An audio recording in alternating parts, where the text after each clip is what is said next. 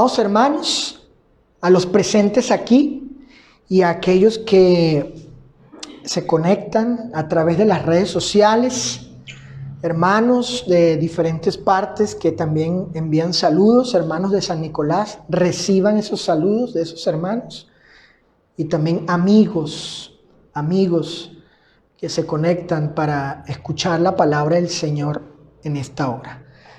Hemos llegado al tiempo, al momento de la enseñanza. Vamos a continuar con nuestro tema general, que es todos podemos fallar. Y bueno, son lecciones en las que espero yo estemos aprendiendo, ¿sí? Estemos allí observando, meditando, reflexionando, tomando, extrayendo de allí enseñanzas, lecciones para nosotros en estos tiempos, prácticas, útiles, basándonos allí, viendo allí las caídas, los tropiezos de ciertos hombres santos. Les he dicho anteriormente que estoy convencido que hay lecciones, que hay aprendizaje, que hay enseñanzas, Cecilia, con los personajes que hemos estado estudiando en esta serie. Y hoy, hijo, no será la excepción. Es mi propósito, pues, que nos enfoquemos, que pongamos nuestra atención en ciertos hombres piadosos. Ellos fueron hijos del Señor, siervos del Altísimo. Hicieron grandes obras y proezas, hombres prominentes y sobresalientes entre los antiguos.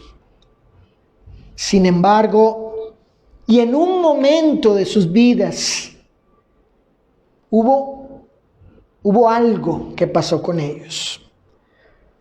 Ellos tropezaron. Entonces, yo quiero invitarles a que con temor y reverencia, sin la pretensión, ¿sí?, sin el orgullo, definitivamente, de no creernos, obviamente, mejores que ellos, ni de hacer leña del árbol caído. Les invito a que nos acerquemos piadosamente a contemplar estos momentos de debilidad, de caída y de falla de estos hombres santos. ¿Para qué cosa? Para aprender lecciones que espero yo nos sean útiles a nosotros hoy en día. Por tanto, dijo Pablo, dijo el apóstol Antonio, estos incidentes ocurrieron para enseñarnos objetivamente que no debemos cometer las mismas faltas. Fueron escritos estos incidentes de estos antiguos para que pudiéramos leerlos y extraer, sacar de allí lecciones para estos días en que el mundo se aproxima a su fin. Eso dijo Pablo en su carta, su primera carta a los Corintios. Bueno, el título de la lección, ya que mi hija me preguntaba, el título de la lección es Deseo sin control. Deseo sin control. Y vamos a ver el caso de David. Vayamos a 2 de Samuel capítulo 11. Vayamos todos al segundo libro de Samuel. 2 de Samuel capítulo 11. Versículos del 11 al 27. Del 11 al 27.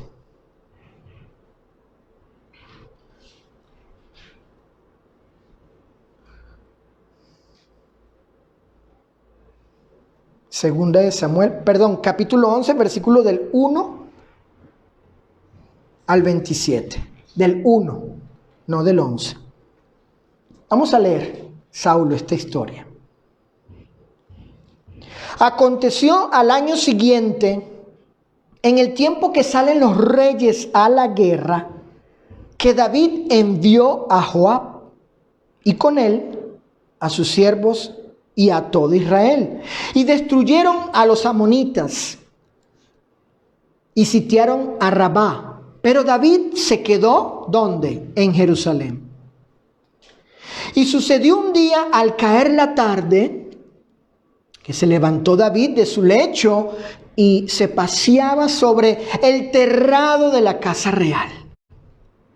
Y vio desde el terrado a una mujer que estaba bañándose, la cual era muy hermosa. Envió David a preguntar por aquella mujer y le dijeron: aquella es Betsabé, hija de Eliam, mujer de Urías Eteo. Y envió David mensajeros y la tomó y vino a él, y él durmió con ella. Luego ella se purificó de su inmundicia y se volvió a su casa. Y concibió la mujer y envió a hacérselo saber a David diciendo: estoy embarazada. Entonces David envió a decir a Joab: envíame a Urías Eteo. Y Joab envió a Urías a David. Cuando Urías vino a él, David le preguntó por la salud de Joab y por la salud del pueblo y por el estado de la guerra. Después dijo David a Urías: desciende a tu casa y lava tus pies. Y saliendo Urías de la casa del rey, porque fue lo que le dijo David, le fue enviado presente, un regalo de la mesa real. Mas Urías, fíjense hermanos, durmió a la puerta de la casa del rey con todos los siervos de su señor y no descendió a su casa. E hicieron saber esto a David diciendo: Urías no ha descendido a su casa. Y dijo David a Urías: ¿no has venido de camino? ¿Por qué pues no descendiste a tu casa?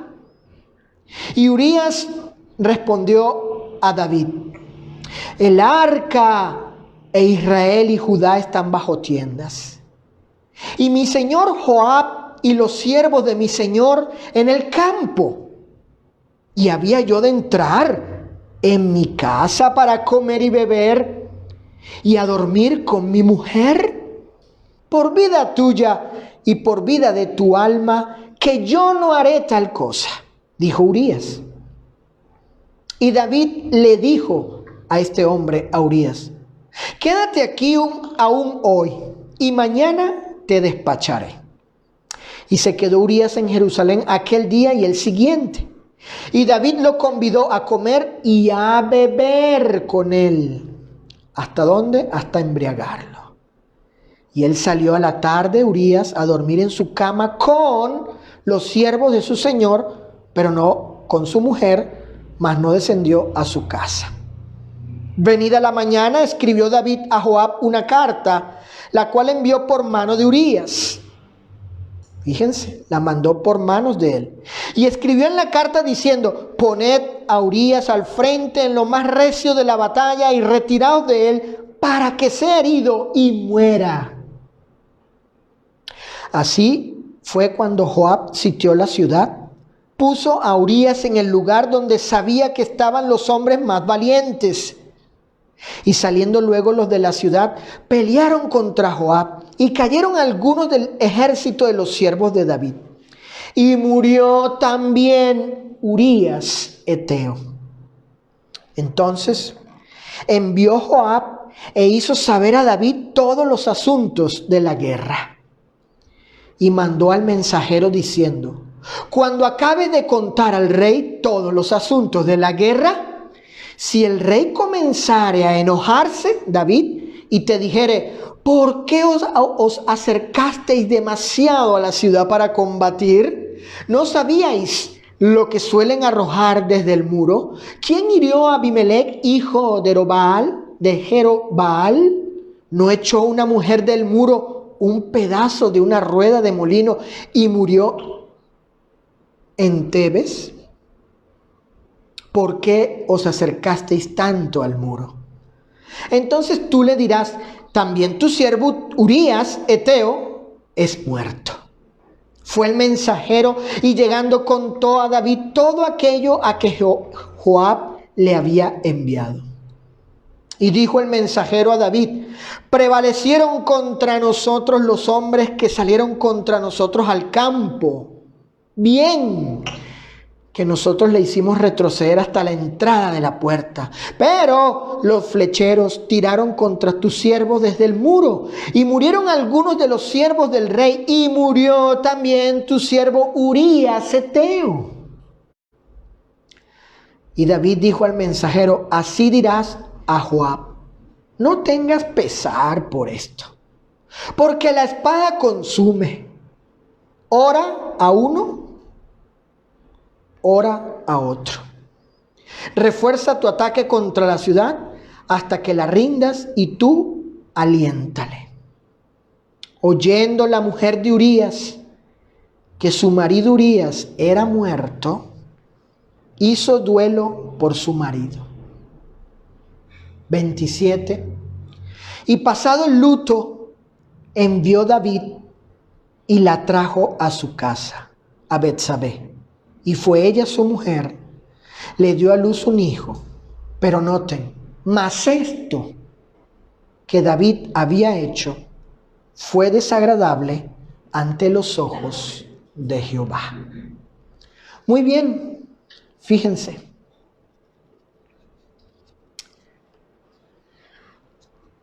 La vida de David,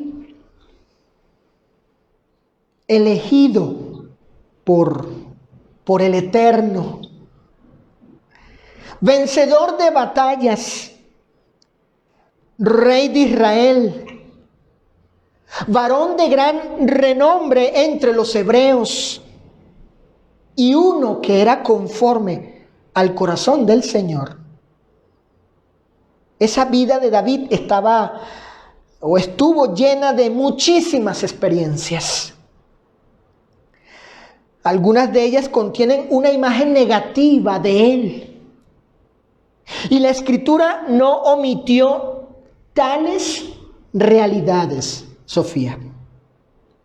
En ese sentido, y en esta lección, deseo que nos enfoquemos, que pongamos nuestra mente, nuestra atención en una de estas experiencias negativas de David relatada por las Escrituras.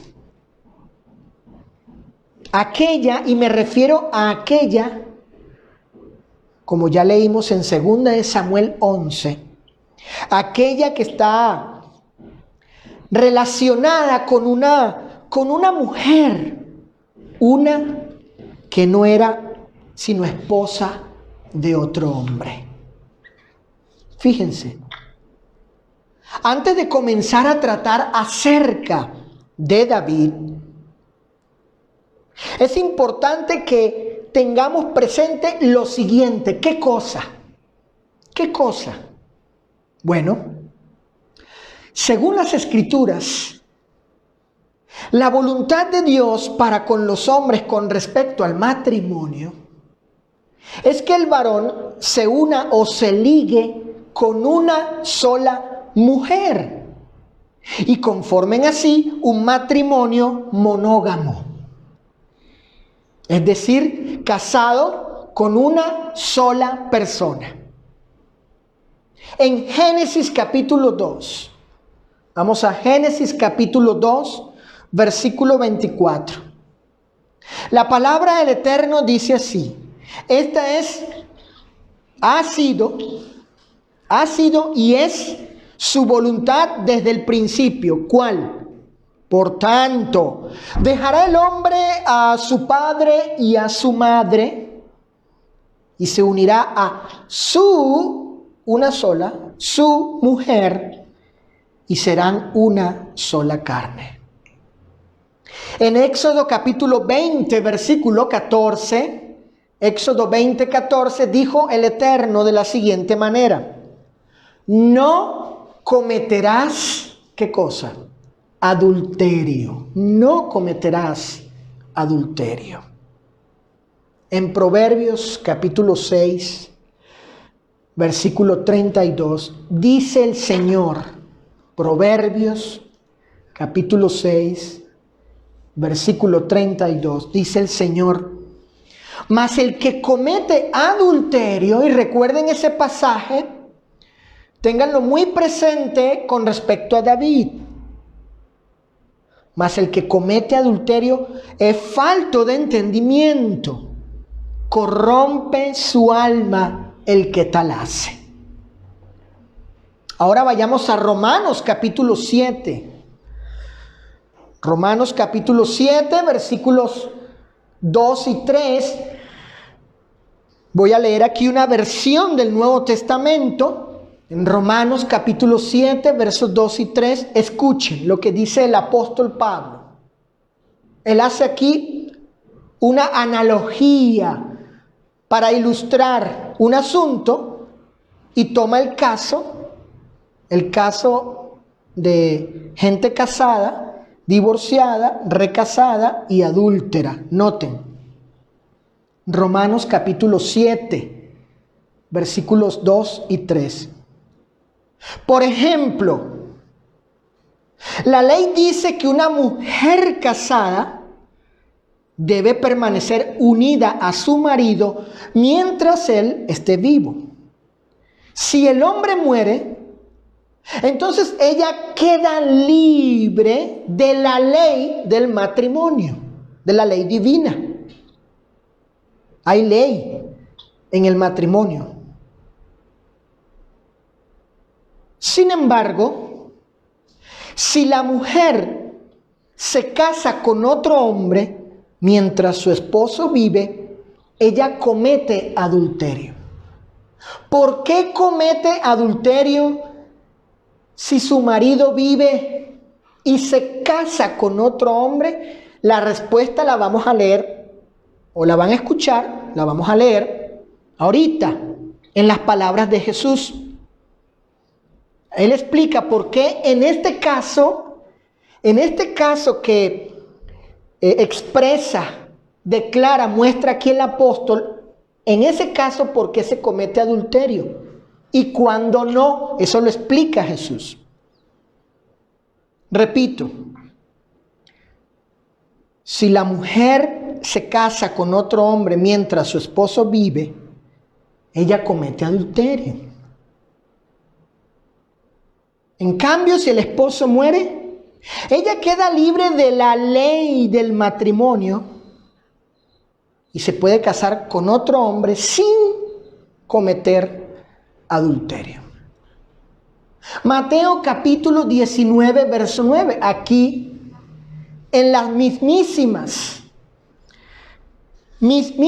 palabras de Cristo, se explica lo que el apóstol dijo en Romanos 7.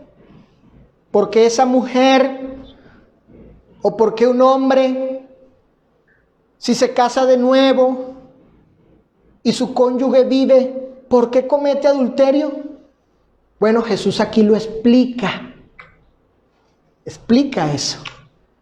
Hay casos en que se comete adulterio y hay un caso en que no, aunque haya un segundo matrimonio. Noten, Mateo 19, 9, en una versión del Nuevo Testamento que tengo aquí. Dice así, escuchen. Entonces les digo, aquí está hablando Jesús. Entonces les digo que el que se divorcia de su esposa y se casa con otra, comete adulterio. Ah, bueno, ahí va en paralelo con lo que dijo Pablo, ¿verdad? Ahí va en paralelo. Ah, pero escuchen. La única razón, escuchen, la única, solo hay una razón para el divorcio que sea tenido por Dios como lícito o legítimo, y después de ese divorcio, la persona, si quiere, volverse a casar y no cometer el pecado de adulterio. ¿Cuál es esa única razón? Esa única salvedad, esa única excepción que da Dios a la regla para yo divorciarme de mi cónyuge y si quiero volverme a casar sin cometer adulterio. Dice, la única razón para que un hombre se divorcie y se case de nuevo es ¿cuál? Es ¿cuál? Si su esposa le ha sido infiel. Ahí está. Muy claro, ¿verdad? Si su esposa le ha sido infiel. Es una condición. Si se cumple esa condición, tienes el permiso divino para divorciarte y si quieres, volverte a casar, pero obviamente con una persona libre para casarse. Por tanto, fíjense, por tanto, y a la luz de estos pasajes, Dani, la voluntad del Señor con respecto al matrimonio, desde el principio de la creación hasta nuestros tiempos, la voluntad del Eterno ha sido y es hoy, desde el principio, desde Adán y Eva hasta este día, ha sido que un solo hombre y una sola mujer conformen el matrimonio.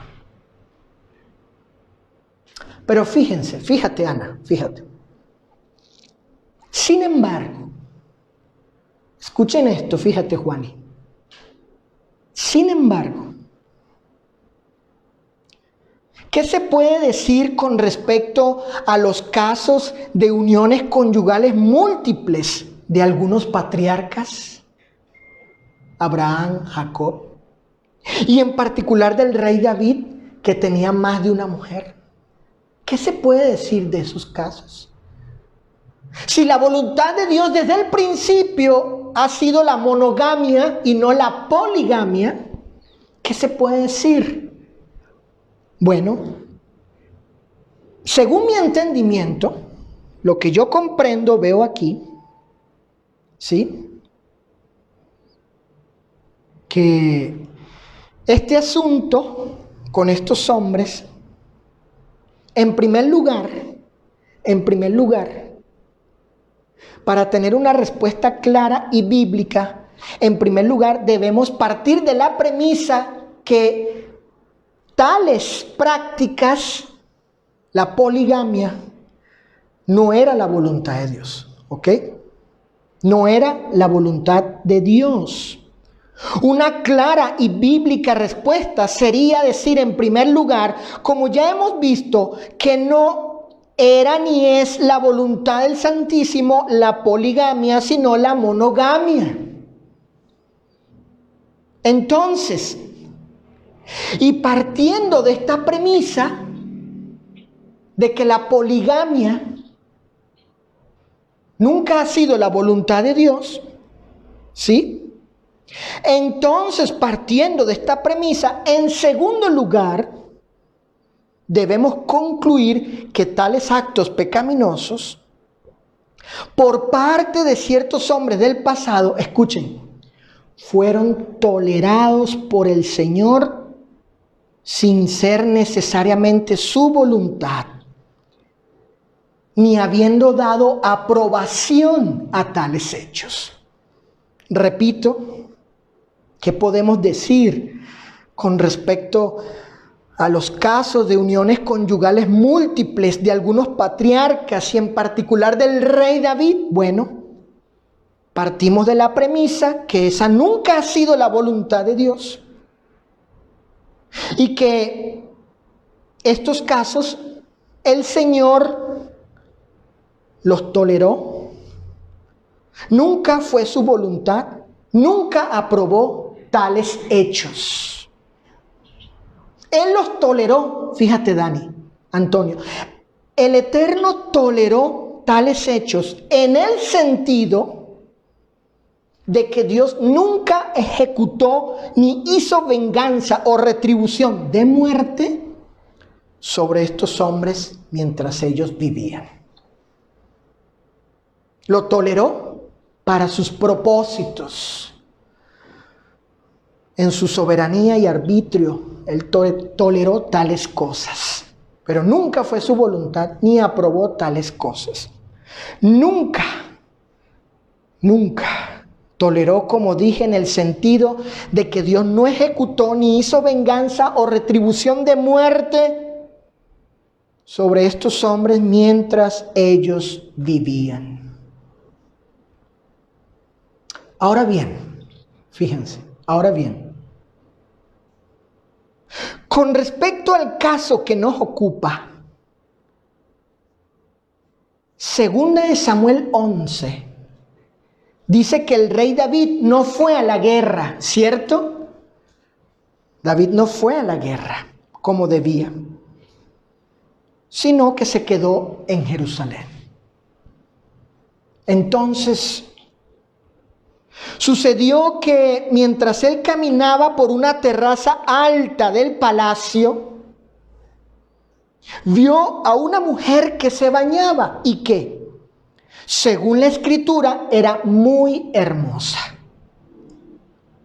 Escuchen esto, que tiene que ver con el ver y con la mirada del hijo de Noé, que ustedes recordarán. Cuando él vio la desnudez de su padre. Bueno, es la misma palabra aquí. Escuchen. La palabra castellana ver, encontrada allí en 2 de Samuel 11, dice que David vio, ¿verdad? Dice que vio a una mujer que se bañaba. Vio. Esa palabra proviene de una palabra hebrea que tiene el significado de examinar o descubrir. Luego, la palabra equivalente en el griego tiene el siguiente significado. Indica de manera especial la dirección del pensamiento hacia el objetivo visto. De manera especial, el pensamiento se coloca, se dirige, ¿sí?, hacia aquello que es mirado. Entonces, y a la luz del contexto, entendemos que la mirada de David no fue inocente. La mirada de David no fue inocente. Ella, la mirada, tuvo cierta intención. Él puso sus pensamientos hacia esta mujer casada. Es decir, él la codició en su corazón y la deseó para sí. A partir de aquí comienza la caída de David.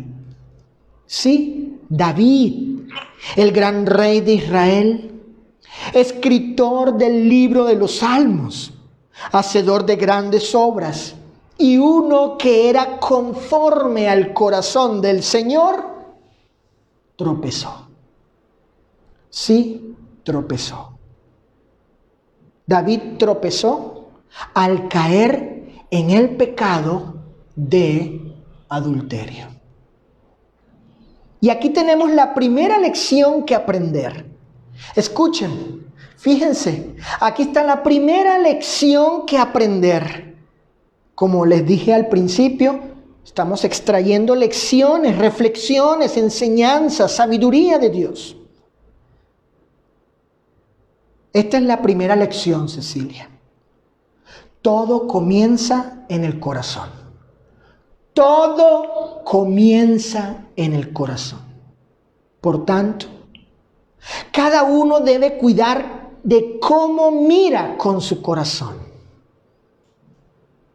¿Pudo David? Escuchen esta pregunta, fíjense. Fíjate, Dani. ¿Pudo David al encontrarse con semejante tentación, evitar ver con el corazón con que miró? Sin duda alguna. Él pudo haber hecho tal cosa, pero no quiso. No quiso. No quiso. Y Dios, que es el único que escudriña la mente, conocía el corazón de David y sus intenciones.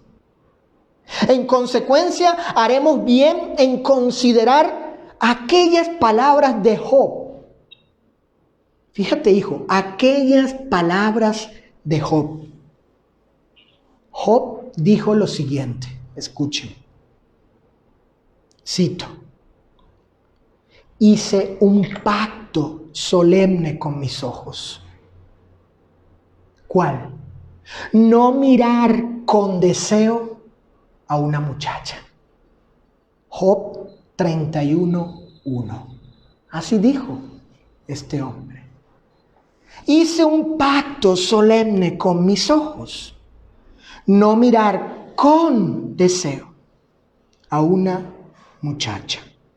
También las palabras de Cristo cuando dijo en Mateo capítulo 7, versículo del 21 al 23, dijo el Señor: en efecto, de adentro del corazón humano de allí salen los malos pensamientos. Por eso la primera lección es: todo comienza en el corazón.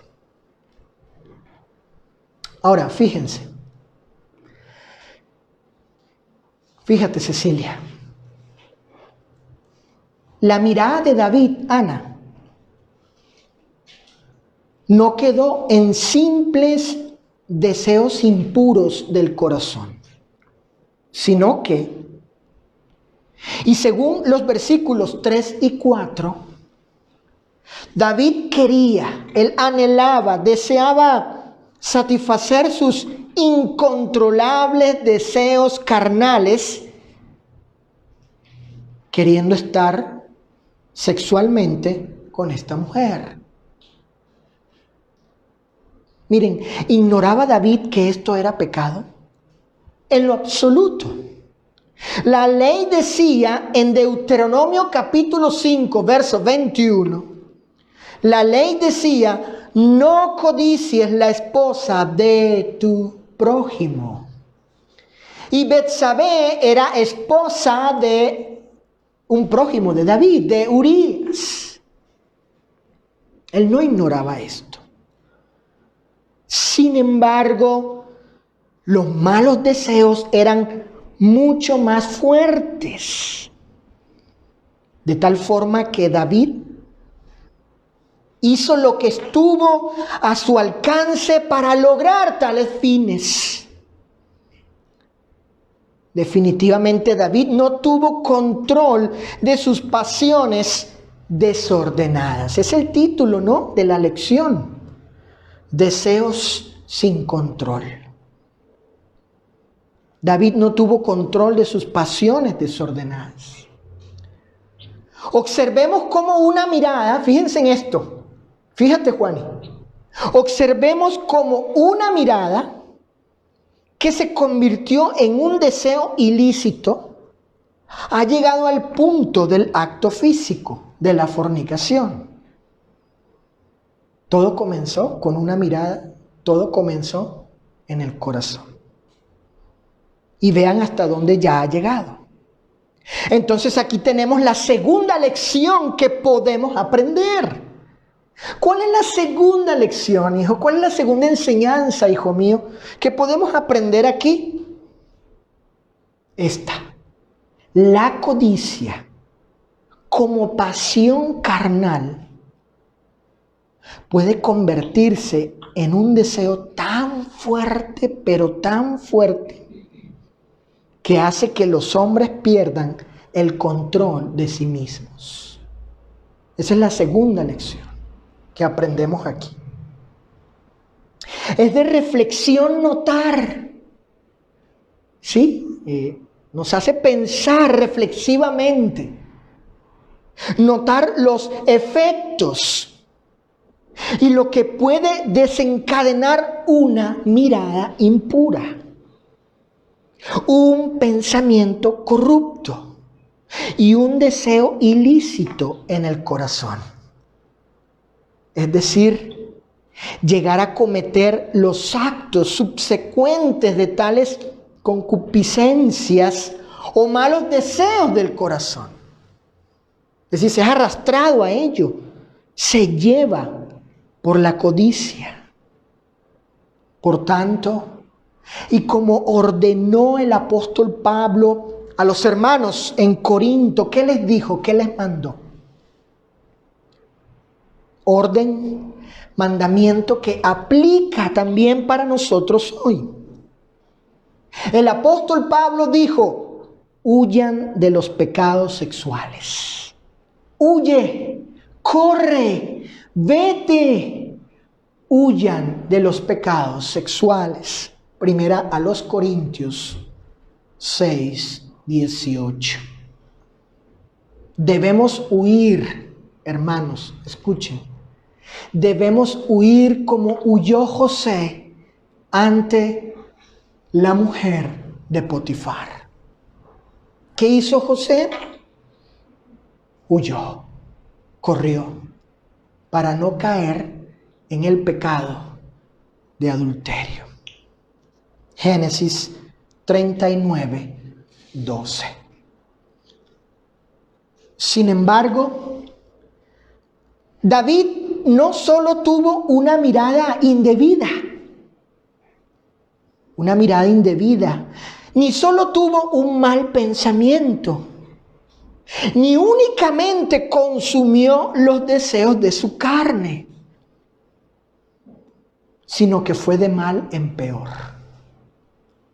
Fíjense, su corazón le engañó y le cegó de tal manera que actuaba como extraviado, sin cordura ni juicio, como uno que no conociera al Señor ni a su ley.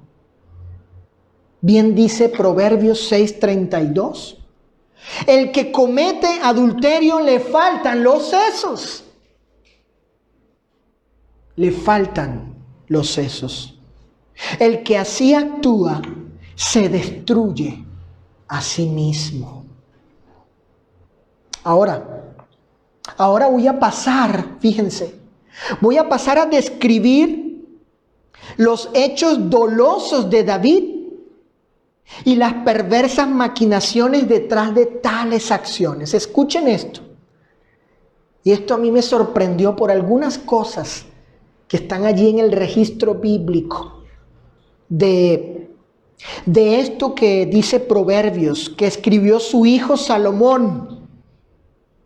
El que comete adulterio le faltan sesos. Algunas versiones dice, le falta el juicio, como si se hubiese perdido la cordura. Miren, cuando David se enteró que Betsabé había quedado embarazada de él,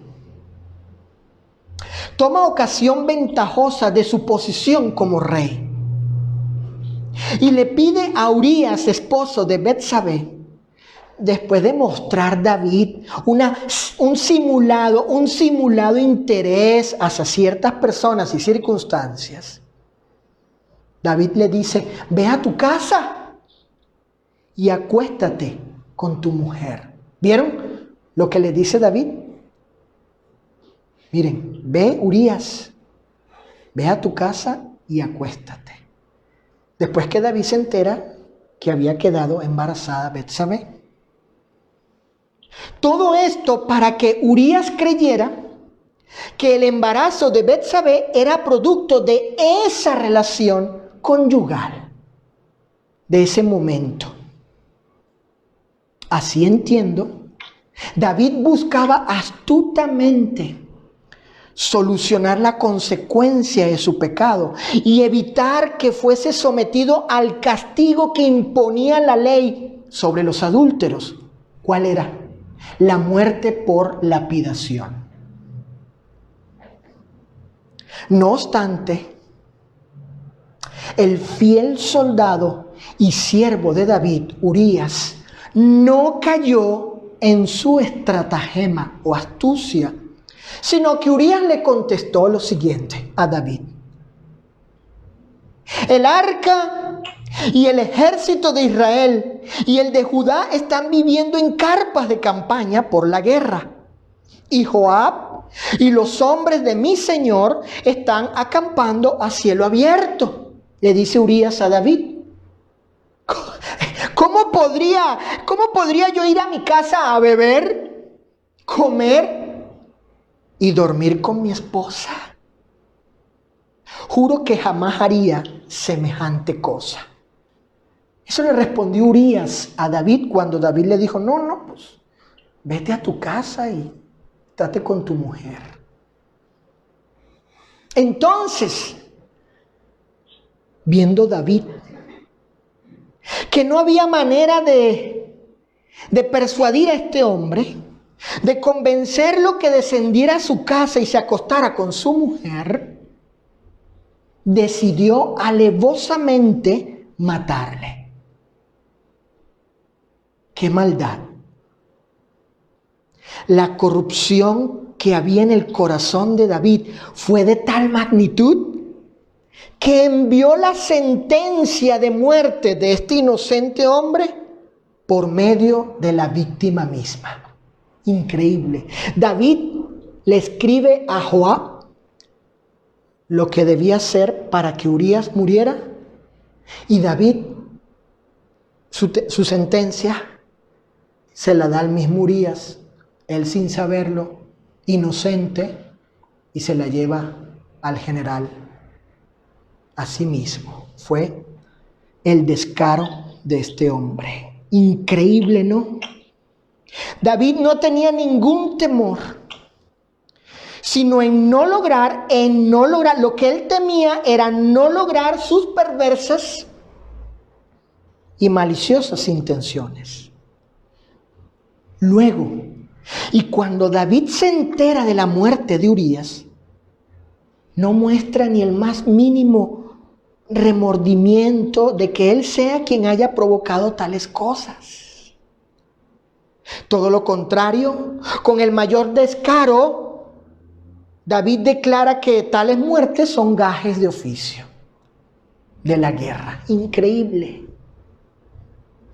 ¿Cómo pudo David decir tal cosa si él había provocado intencionalmente la muerte de este hombre? ¿Cómo pudo tener tan sangre fría y mostrarse como si nada hubiese pasado? Pues bien, y como dice la Escritura, estos hechos de David son una demostración perfecta de cómo el pecado engaña, ciega y embrutece a los hijos de Dios hasta el punto de actuar como si no existiese el Señor, como si no hubieran conocido su ley, como si nunca le hubiesen conocido, como si nunca fuesen a rendir cuentas de sus hechos ante el gran juez. Sí, hermanos, el gran rey David tropezó. Y como declara la Escritura, esto que David había hecho fue desagradable ante los ojos de Jehová. Entonces, esta es la tercera lección que podemos aprender. ¿Cuál, Saulo? ¿Cuál, hijo? ¿Cuál es esa tercera lección que podemos aprender? Escuchen, debemos estar muy conscientes que todo lo que hacemos, Antonio, muy conscientes que todo lo que hacemos, en particular aquello que es contrario a la voluntad del Eterno, lo hacemos ante sus ojos, como observando y conociendo el Señor nuestros hechos, porque no los ignora. Eso es lo tercero que aprendemos aquí, esta tercera lección. Muy conscientes de que todo lo que hacemos, en particular aquellas cosas que son contrarias a la voluntad del Señor, eso lo hacemos ante sus ojos, como observando y conociendo el Señor nuestros hechos, porque no los ignora. En ese sentido, tengamos presente el siguiente pasaje de las Escrituras y la advertencia que está implicada en ello. Escuchen, Hebreos capítulo 4. Hebreos capítulo 4, versículo 12, y leo una versión del Nuevo Testamento distinta a la Reina Valera 60. Dice Hebreos 4:12. No hay nada creado en el mundo que se pueda esconder de Dios. Todo está desnudo. Todo está desnudo y expuesto a su vista. Es a Él a quien tendremos que rendirle cuentas de nuestras vidas. Hebreos, como dije, 4:12. Finalmente, hermanos, fíjate, Sofi, para nuestra reflexión y aplicación, escuchen. El caso de David nos enseña que uno nunca debe subestimar el poder de la tentación, del pecado y de los malos deseos del corazón. Nadie debe pensar que es lo suficientemente fuerte como para creer que nunca caerá en pecado. No. Fíjate, Cecilia, todos debemos estar conscientes que podemos tropezar.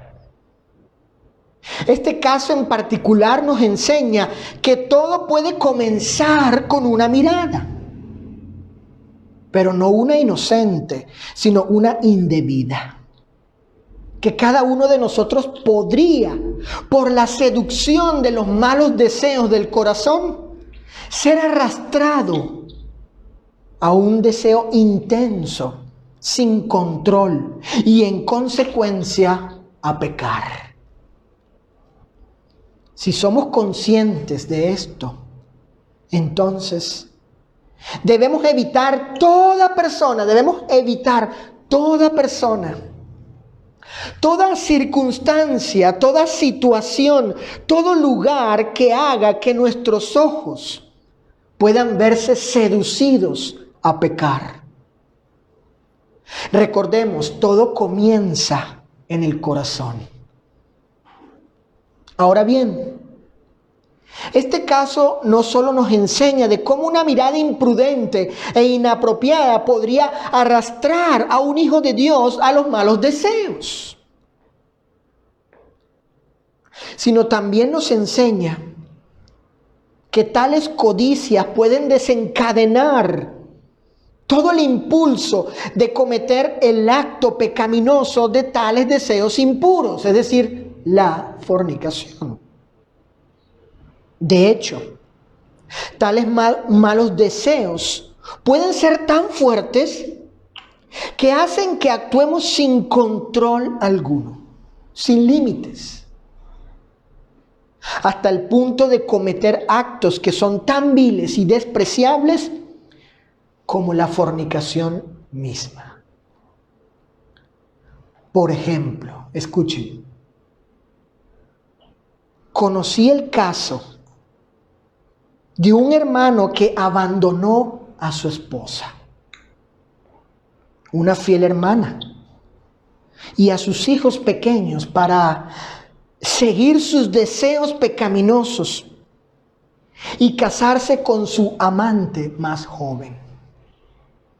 Obviamente que todo comenzó con una mirada que conllevó la codicia a su corazón, el deseo de tener a esta mujer por esposa. Al tiempo, esta mujer se hizo cristiana. Comenzaron a buscar dónde reunirse. Visitaron una iglesia de fieles hermanos. Y conociendo ellos el caso, le dijeron a esta pareja que debían arrepentirse del adulterio y separarse. Por supuesto, no lo hicieron. Cuando hablé yo con ellos, les indiqué lo mismo.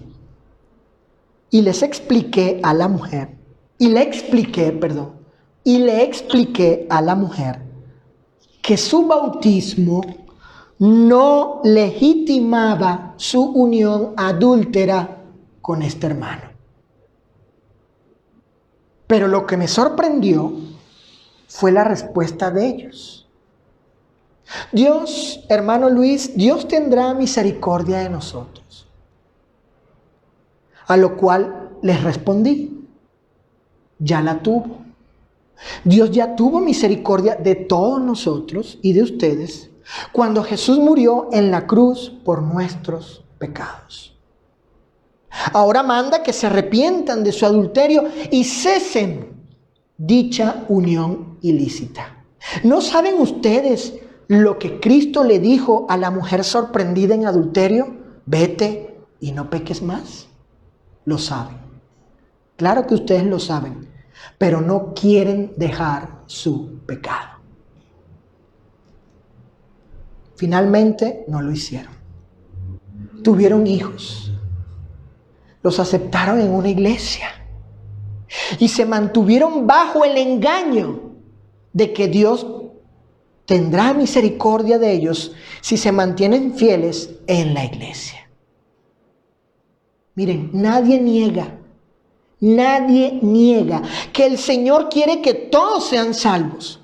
Sin embargo, la salvación es condicional, tanto para el pecador, el que no está en Cristo, como para el bautizado, el que está en Cristo, el miembro de la iglesia. La salvación es condicional y pide que nos arrepintamos de nuestros pecados para alcanzar el perdón de nuestras transgresiones. Fíjense, podemos observar cómo aquello que comenzó con una mirada indebida y un deseo impuro desencadenó una serie de hechos que iban de mal en peor con el fin de satisfacer la codicia que el corazón había concebido. ¿Verdad que sí? Así que no nos engañemos. Cualquiera puede tropezar, producto de un deseo sin control. Por tanto, tengamos presente lo que Santiago o Jacobo advierte al respecto. ¿Qué dijo Santiago? La tentación viene de nuestros propios deseos, los cuales nos seducen y nos arrastran. De esos deseos nacen los actos pecaminosos. Y el pecado, cuando se le deja crecer, da a luz la muerte. Santiago 1, 14 y 15.